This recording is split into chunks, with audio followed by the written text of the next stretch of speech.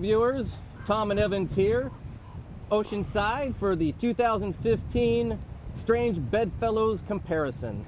Now the reason why we're calling them Strange Bedfellows is because other than being V-twins, these two cruisers have absolutely nothing in common.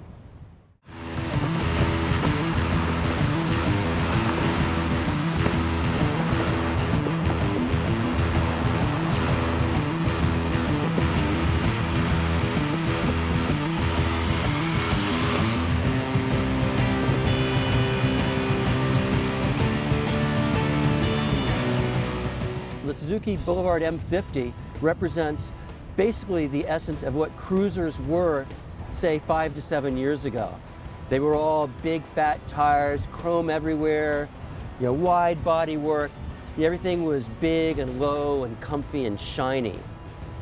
And we've noticed a trend in current cruisers as represented by Tom here.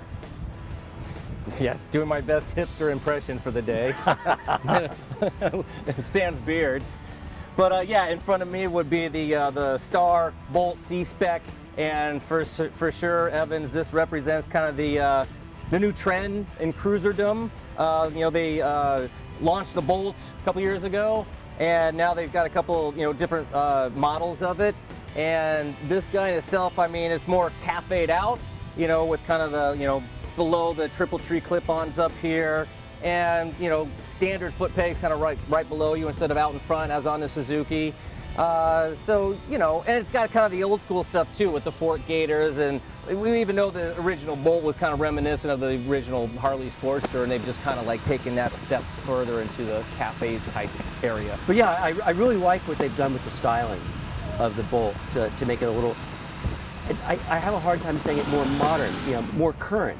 Because by making it more modern or more current, they've actually gone back further than the cruiser that I'm standing next to in terms of styling. Well, what did we say earlier? Like this was old new school and this is new old school? Yeah.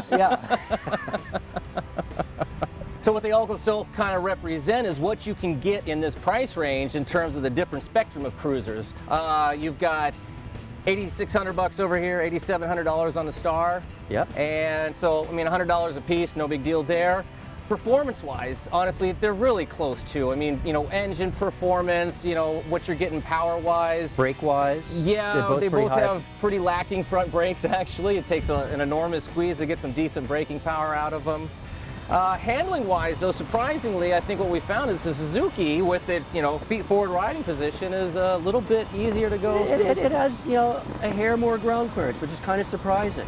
Yeah, well, the foot pegs on this guy, we talk about ground clearance because they go outside of the exhaust pipe, so they're hanging out really wide on this bike.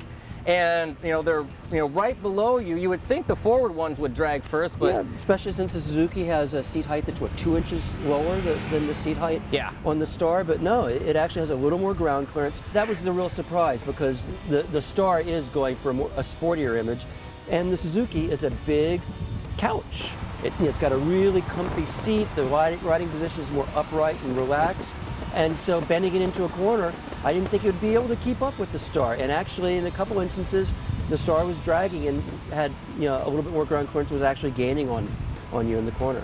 Yeah, we should mention that. Surprising also in terms of performance, this guy is about 50 pounds heavier than the Star. I think a big difference, though, is going to be this 19-inch front wheel on the front of this guy is definitely going to make for some slower transitioning, but there's not too much to transition before you hit that foot peg, so, The funny thing is, though, the aggressive riding position, because you're leaning into it so much, it actually feels like it's harder to steer at lower speeds because you don't have the momentum keeping you going. So when you're just muscling it in, it does turn responsibly, even though it does require some effort. Once you got used to the layout of this motorcycle and the kind of forward riding position, it becomes second nature. I got to tell you, coming down here this morning in early morning traffic on the C-Spec was a lot of fun. It was definitely the tool for scything through narrow spaces in traffic.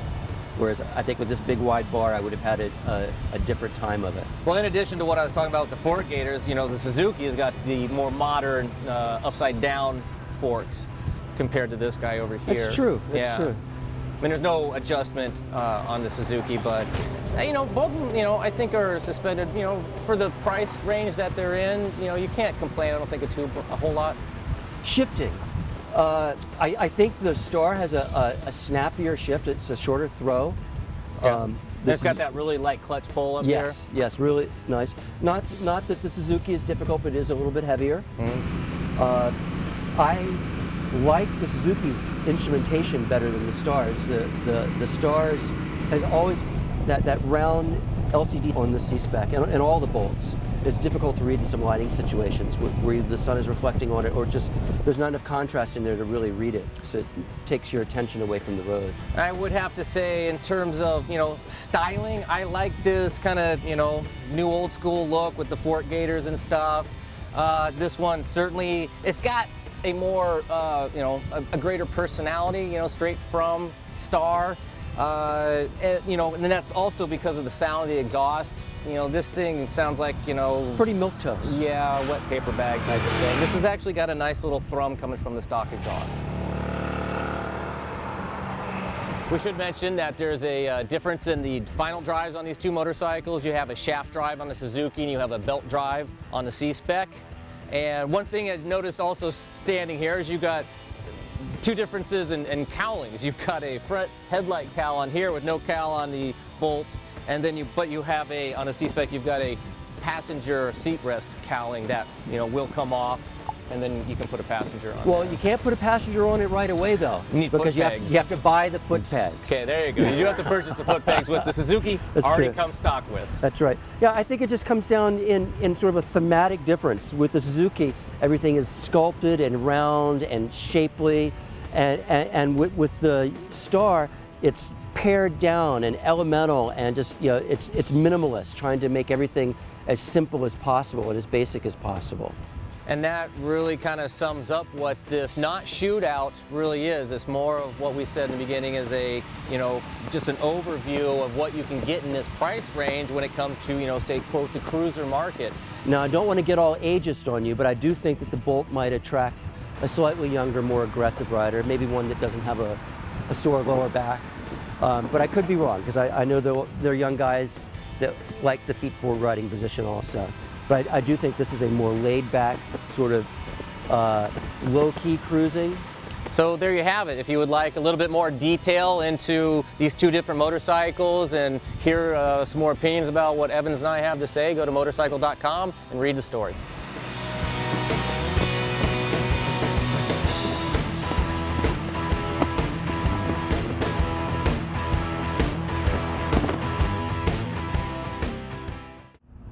Clap.